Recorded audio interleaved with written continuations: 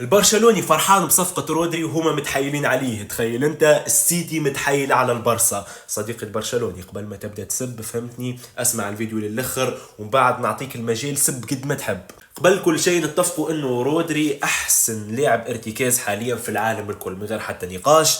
البرصا فهمتني دافع فيه 70 مليون وهو كان عنده رباط صليبي وعمره فوق ال 31 ودفع فيه 70 مليون، فوق ال 70 مليون، 75 ولا 76 مليون. الجوار كيف هكا ما يفوتش ال 50 مليون. بيريز كي عطاه 40 مليون المره الاولى والسيتي رفضت، هذاك هو سومو. وبيريز جبد روحه، السيتي رفض، تعرف حكايه فارغه. والبرصا جايبين رودري باش يعوض اصابات ديونغ. رودري كان عنده رباط صليبي، كيفاش باش يعوض؟ جايبين جوار كان عنده رباط صليبي باش يعوضك جوار اصاباته برشا اللي هو ديونغ. اي جوار كان عنده رباط صليبي راهو ما ينجمش يعطيك سيزون كامله بنفس المستوى، وهذا كان ما نصابش على خاطر رباط صليبي راي مخطر. عندنا ميليتاو نحنا كل ما يرجع من اصابه زيد ينصاب مره اخرى خاطر عنده رباط صليبي، وكورتوا كيف كيف.